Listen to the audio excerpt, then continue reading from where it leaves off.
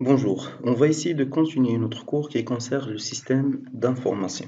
Alors, d'après la définition de qu'est-ce que le système d'information et la définition aussi de la communication interne, quelques utiles et comment devenir un bon communicateur, on va passer maintenant vers quelques obstacles de la communication. Mais on va procéder par l'inverse. Alors, chaque communication ou bien chaque information ou bien chaque publication qui ne respecte pas les conditions suivantes, donc peut devenir à l'inverse un obstacle. On va préciser premièrement quelles sont les qualités d'une bonne communication. Premièrement, une communication doit être toujours régulière, c'est-à-dire l'obstacle, c'est quoi? Si une communication est irrégulière. C'est-à-dire parfois, on lance une newsletter après 15 jours, après on va prendre une semaine, après on va prendre 2 mois, 3 mois. Donc cette communication n'est pas régulière. Donc normalement, nous devons avoir toujours une communication qui est régulière via, par exemple, newsletter ou bien intranet ou bien des réunions. Donc ils doivent être d'une manière régulière et c'est pas la peine de prendre ça donc d'une manière qui n'est pas, comment on peut dire, périodique avec un certain taux qui est connu pour tout le monde. Aussi, donc, une information qui est inaccessible peut devenir un obstacle. Autrement dit, quelle est la qualité que nous devons avoir? Qu'il doit être accessible, c'est-à-dire tout le monde peut accéder, par exemple, avoir plusieurs exemplaires par un journal d'entreprise, ou bien avoir un site web, ou bien un portail web, ou bien un intranet. Donc, normalement il faut euh, simplifier l'accès à l'information. Plus que ça, il faut utiliser un jargon, c'est-à-dire des termes qui sont simples à tout le monde, donc qui sont compréhensibles pour tout le monde. Aussi, donc, avoir une information qui prend une seule forme d'envoi, donc peut devenir avec le temps un obstacle. Par exemple, vous pouvez utiliser des envois à distance via des emails ou bien présentiels. Il y a plusieurs trucs, donc toujours il faut avoir plusieurs canaux de communication. Donc, généralement, il faut toujours respecter ces trucs. Donc, toujours, il faut, pour éviter le maximum des obstacles, il faut fédérer les travailleurs autant d'un projet. Il faut toujours valoriser les compétences, mais valoriser le projet en plus, donc, c'est-à-dire en gardant toujours la propriété de personne n'est indispensable. Donc, tout le monde, on peut le remplacer autrement dit. Donc, généralement, il faut valoriser une compétence, mais autant que cette compétence ne dépasse pas la valeur de votre entreprise. Finalement, on peut toujours renforcer le sentiment d'appartenance et avoir une efficacité et une créativité des salariés et améliorer le climat général de la performance de l'entreprise. Alors, généralement, il y a d'autres obstacles qu'on peut les résumer. Donc, grosso modo, les grands obstacles qu'on peut rencontrer donc, les grands obstacles qu'on peut avoir. Donc, premièrement, il y en a des dirigeants qui raisonnent encore avec un schéma complètement périmé de communication verticale. Qu'est-ce que cela veut dire? C'est-à-dire, j'ai une décision, l'envoie aux salariés et ces salariés doivent l'exécuter sans donner aucune opinion. Donc, ça, c'est la première. Donc, généralement, c'est presque comme un chef qui commande une équipe. Après, entre l'émetteur et le récepteur, il n'y a pas de motivation. L'émetteur envoie seulement des informations puisqu'il faut les envoyer à un récepteur, et la même chose pour le récepteur. Il reçoit, il les exécute, mais sans aucune motivation, c'est-à-dire il n'est pas réellement autour du projet. Ou parfois, il y en a des personnes qui ont l'intérêt seulement de transmettre un message pour avoir l'intérêt de l'entreprise, en oubliant toutes les autres fonctions de la communication, parmi lesquelles qu'il y a une relation avec un humain, on ne parle pas avec des robots. Donc, généralement, les objectifs du système d'information, alors, comme on a déjà cité, un système d'information, il, il est basé sur deux facteurs, les ressources humaines et les ressources humaines et les outils. Ça, c'est très, très, très important. Autrement dit, il y a des éléments matériels et des éléments immatériels. Matériel, c'est ce qu'on peut l'avoir physiquement. Donc, généralement, l'ensemble de ces éléments, donc on peut dire, ils donnent ce qu'on appelle un système d'information. Et toujours, ce système, il a un certain processus, c'est-à-dire un enchaînement des étapes de fonctionnement qu'on doit les respecter. Et toujours, on y a besoin d'avoir des entrées. Après, on les analyse pour donner une source. Alors, grosso modo, le système d'information, il a l'intérêt de prendre une information, après appliquer un certain système et certains processus sur cette information pour extraire en sortie une deuxième information qui est utilisable, et qui est plus claire et qui est plus importante pour l'entreprise. Alors généralement, on peut spécifier qu'un système d'information a toujours besoin d'une entrée de données, après un processus de traitement et finalement une sortie qu'on peut utiliser ailleurs. Et ce système se compose toujours, donc le schéma ou bien le pyramide de système d'information se compose toujours de trois parties, lesquelles la première partie, c'est le système opérationnel ou bien le système opérant. C'est bon qu'il y a l'intérêt seulement d'exécuter les tâches et de donner et de faire au maximum l'aide à la décision. C'est l'activité de l'entreprise. Par exemple, une entreprise qui traduit des tissus, donc bien sûr que, donc généralement, qu'est-ce qu'il fait? Donc, ceux qui travaillent réellement, ce sont les employeurs. Mais généralement, ils ont toujours besoin d'un système de pilotage qui va essayer de transmettre les stratégies, les objectifs et toutes les données. C'est presque, c'est eux qui décident, c'est la décision. Pour cela, on parle d'un système de pilotage. Et entre ces deux systèmes, il y en a ce qu'on appelle un système d'information qui va utiliser les outils de communication interne et plusieurs trucs pour simplifier le passage des données de notre système de pilotage vers le système opérant, ou bien opérationnel. Alors, on peut préciser, donc voilà le schéma qu'on peut avoir. Il y a le système de pilotage qui envoie des décisions sur le système opérant. Donc, après, le système opérant, il renvoie des informations sur l'état, donc d'une manière générale. Ici, on peut préciser ce qu'on appelle le système d'information. Alors, toujours, il y a un flux entrant, c'est-à-dire flux de données entrant, et finalement, après l'analyse de ces flux, il y en a ce qu'on appelle le flux sortant. Donc, en fin de compte, il y en a le système de pilotage, il y en a le système d'information, il y en a le système opérant.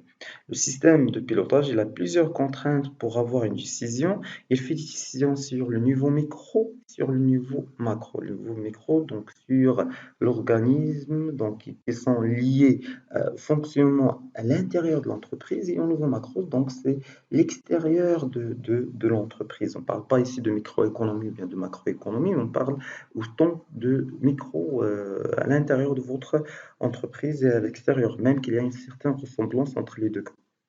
Donc, généralement, ça, c'est le pyramide ou bien le schéma qui représente le schéma le plus connu dans le système d'information qui représente le flux. Donc, il y en a des données qui entrent vers le système opérant qui envoie ces données. Toujours le système opérant, bien le système d'information, il envoie des informations pour faire l'aide à la décision et c'est au système de pilotage de préciser les stratégies, tout ce qu'on va essayer de voir après, pour les renvoyer au système d'information, celui qui va essayer de les transmettre vers le système opérant. Donc, en fin de compte, le système de pilotage, il a un flux de décision. Le système d'information, il précise ce qu'on appelle un flux d'information.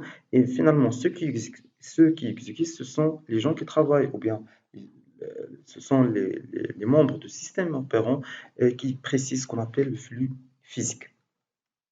Donc, parmi les objectifs d'un système d'information, donc être capable d'analyser les solutions et de dialoguer, maîtriser la communication interne, identifier la qualité de l'information et définir la notion de veille. Ces informations, on va essayer de l'avoir après, donc étape par étape, et on va essayer de les définir, qu'est-ce que ça veut dire la veille, quels sont les types de la veille, et de même de repérer l'organisation de l'entreprise. C'est bon, de l'information dans l'entreprise et savoir identifier le flux d'informations.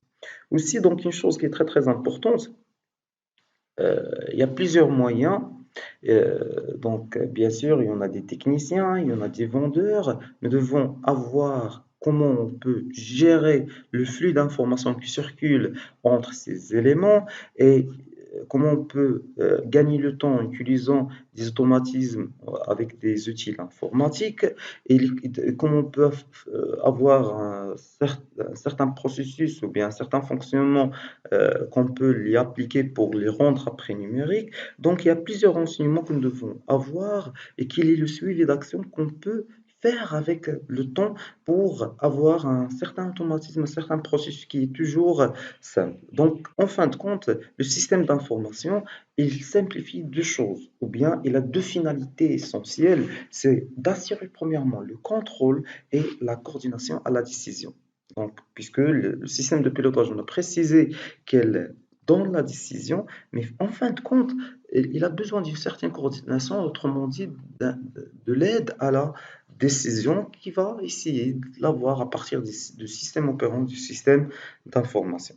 Donc, d'une part, donc, on a précisé maintenant qu'est-ce qu'on peut faire donc d'une manière ou d'une autre. Donc, l'objectif en fin de compte, être un bon interlocuteur au bon moment pour prendre les décisions valables et idéales et qui sont les plus adaptées à n'importe quelle situation. Alors maintenant, on va préciser ce qu'on appelle les fonctions d'un système d'information. Donc, grosso modo, on a précisé maintenant quels sont les objectifs. Donc déjà, dans le chapitre précédent, on a parlé que le système d'information, il a trois objectifs. La coordination, le contrôle et la décision. On peut contrôler les informations, et après on va coordonner avec nos équipes pour avoir le meilleur flux ou bien la meilleure utilisation de ces informations pour prendre une décision en fin de compte. Mais comment on peut avoir ces objectifs? Nous devons réaliser plusieurs fonctions. Donc la première fonction, c'est quoi? C'est la collecte de l'information. Et finalement, la deuxième, c'est le traitement de l'information. La collecte des informations, c'est recueillir les données pour une utilisation ultérieure, donc ça c'est très très important. Et de même, je dois dans ce cas-là avoir un certain stockage, un certain tri de ces informations pour les réutiliser après. Mais généralement, je dois faciliter le stockage pour que l'information sera accessible à n'importe quel moment. Je rappelle que si l'information n'est pas accessible ou bien la communication n'est pas accessible, donc cela peut devenir après un obstacle de l'information. Après, nous devons commencer à faire ce qu'on appelle le traitement de l'information. Donc, quand on parle de traitement de l'information, c'est presque pour réaliser ce qu'on appelle une base de données. Donc, je dois traiter les informations selon plusieurs catégories ou bien entités. Pour chaque entité, nous devons déterminer les éléments euh, de base et de les trier, de les classer pour réaliser des calculs en fin de compte. Alors, la diversité de l'information. Alors, généralement, il y a plusieurs modèles qu'on peut l'avoir. Et de même, aujourd'hui, on peut parler de ce qu'on appelle société de l'information, ou bien société de la connaissance. Ce sont des sociétés qui donnent une grande importance à la gestion des informations pour décider et pour aller plus loin. Et bien sûr, d'utiliser ce qu'on appelle l'éthique, c'est-à-dire les technologies de l'information et de communication. Donc, toutes ces technologies, elles ont un rôle très très important pour les décisions que cette entreprise va faire à l'avenir. Donc, toujours, il faut être capable d'accepter le changement, mais plus que ça, de l'anticiper et de s'adapter au fonctionnement du marché, donc d'une manière générale, soit au niveau mondial, soit au niveau national, soit au niveau régional, pour avoir plus de valeur face aux concurrents de votre entreprise. Alors, on peut dire que l'information, elle aide à la gestion. Aussi, on peut l'utiliser pour mieux communiquer avec les membres d'équipe. Et de même, c'est de comprendre la cohésion sociale et de déterminer la liaison avec notre environnement et est-ce qu'on y est dans les mêmes objectifs. Et de même, elle donne plus de valeur à la connaissance individuelle. Alors, toujours, on a déjà parlé de ça, l'information et la donnée, c'est bon, et la connaissance. Quelle est la différence entre ces trois? L'information, donc d'une manière très simple, ce n'est qu'un renseignement qui fait, en fin de compte, ce n'est qu'un renseignement fait qui apporte des renseignements nouveaux. Donc, quand on prend euh, un certain renseignement, par exemple, je ne sais pas, par exemple un chiffre, euh, quelqu'un qui a réussi d'avoir un certain chiffre d'affaires, donc cela veut dire que qu'on peut exploiter la méthode qu'il a utilisée pour aller plus loin. Donc ça, c'est ce qu'on appelle un renseignement. Ou bien on peut dire, c'est une simple information qui donne accès à des nouvelles opportunités. Alors, les données, c'est une information qu'on peut traiter après. Par exemple, nous sommes dans une entreprise, il y en a 20, par exemple, salariés. Donc, cette information, on peut le traiter dans l'avenir. Et cela veut dire que ça peut aller plus loin, d'une manière plus rapide. La connaissance, c'est une donnée qu'on peut utiliser pour déduire d'autres. Alors, normalement, la qualité de l'information, il y en a plusieurs qualités, mais on va préciser généralement cinq. Premièrement, la pertinence, c'est-à-dire est-ce que cette information peut améliorer la qualité de décision. Donc ça, c'est la première des choses. Donc toute information qui a l'intérêt d'améliorer la qualité de décision, donc on peut l'appeler une information pertinente, ou bien qui peut poser un nouveau problème. Voilà, il y en a cette donnée ou bien cette information qui va influencer soit positivement, soit négativement sur les décisions. Donc cela veut dire que c'est une information qui est pertinente. Par exemple, pour une entreprise euh, qui produit donc d'huile, donc s'il y en a une baisse du prix des arbres d'olive, donc cela, c'est une information qui est pertinente. Mais si on parle d'une information dans un autre domaine, par exemple l'innovation d'un nouveau ordinateur qui n'a aucune relation avec le domaine d'agriculture, donc on peut dire qu'il n'est pas pertinente. La fiabilité, toujours, presque on peut parler même des 5 Q, qui dit quoi à qui, par quel canal, avec quel effet. Donc toujours ici, donc la fiabilité, est-ce que cette information, est-ce qu'il est fiable? Est-ce qu'il est correct? Est-ce qu'il a une source correcte? Donc ça, c'est très très important. La disponibilité, donc généralement, on peut toujours avoir accès à cette information. Parfois, on peut dire que l'information, s'il vient donc trop tard, donc cela veut dire qu'il n'a pas de sens, qu'il n'a pas d'intérêt. Aussi la confidentialité, on peut, euh, par exemple, les fichiers clients donc, doivent avoir une certaine confidentialité. On ne peut pas le partager avec tout le monde. Ça, on peut entrer dans les droits d'auteur et dans la propriété intellectuelle et dans d'autres sens, et aussi la valeur, c'est-à-dire le volume d'informations qui contient un message, la qualité, la précision, le coût engagé pour avoir cette information. Le coût, je ne parle pas seulement du coût d'argent, mais on parle du coût d'expérience ou bien du coût de connaissance. Donc tout cela est très très très important pour aller plus loin. Donc en fin de compte, qu'est-ce qu'on peut dire pour décider donc, il faut avoir une information qui est de bonne qualité, qui est exacte et fiable, ponctuelle, bien sûr, en temps réel. On n'a pas besoin d'avoir des informations qui sont anciennes, complètes et pertinentes.